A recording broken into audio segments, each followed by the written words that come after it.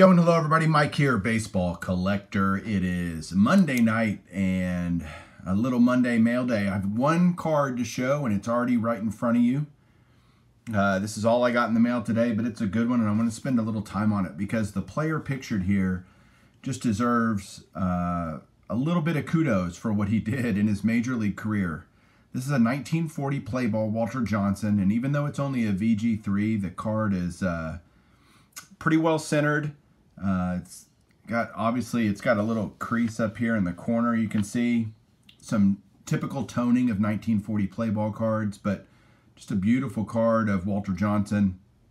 He had retired in 1927. I just want to tell you some things about Walter Johnson's career so that you can really understand how amazing a pitcher he was. So he pitched from 1907 to 1927, 21 total seasons, all with the Washington Senators. He had 11 seasons with an ERA under 2, which is just insane. He had 12 seasons, which is a record, leading the league in strikeouts.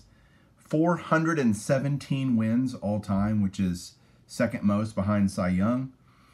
A record 110 shutouts, which is just mind-boggling.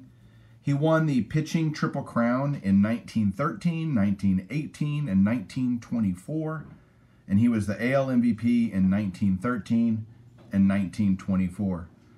I mean, it's so amazing to think about what this guy did. He was so dominant from the entire decade of 1910 to 1919. He averaged 26 wins and had an ERA for the decade of 1.59. I mean, that's just insane.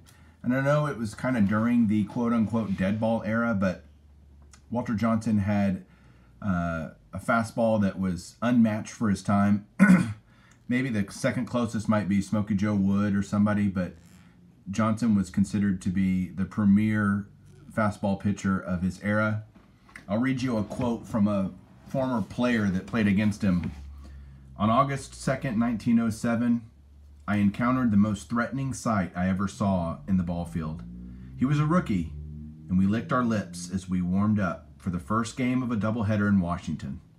Evidently, the manager, Pongo, of the Nats, had picked a rube out of the cornfields of the deepest bushes to pitch against us. He was a tall, shambling galoot of about 20, with arms so long they hung far out of his sleeves, and with a sidearm delivery that looked unimpressive at first glance. One of the Tigers imitated a cow mooing, and we hollered at the manager, "Get the pitchfork ready, Joe. Your hayseed's on his way back to the barn."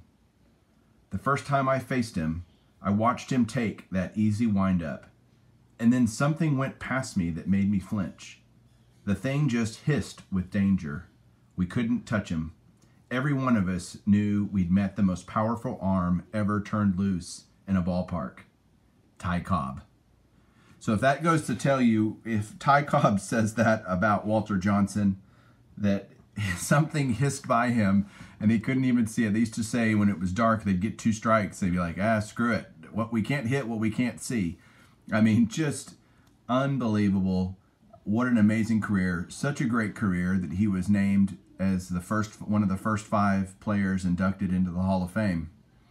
And not much more you can say about Walter Johnson, the Big Train. And his nickname's right down there on that card. So I just thought I'd share that. Spend a little more time on this card just because of the player it represents and what Walter Johnson was to the game. Just an amazing, in my opinion, the best right-handed pitcher to ever pitch. And that includes Christy Mathewson. That includes Nolan Ryan. I mean, Walter Johnson played on some really bad teams. He played on some good teams, too. They were usually middle of the pack, was kind of the average finish for the Washington Senators. But it was all because of Walter Johnson. So there you go, guys. That's it. I should have another mail day tomorrow and some other stuff coming up soon. But hope you enjoyed it. Let me know what you think. Everybody have a great night and keep collecting.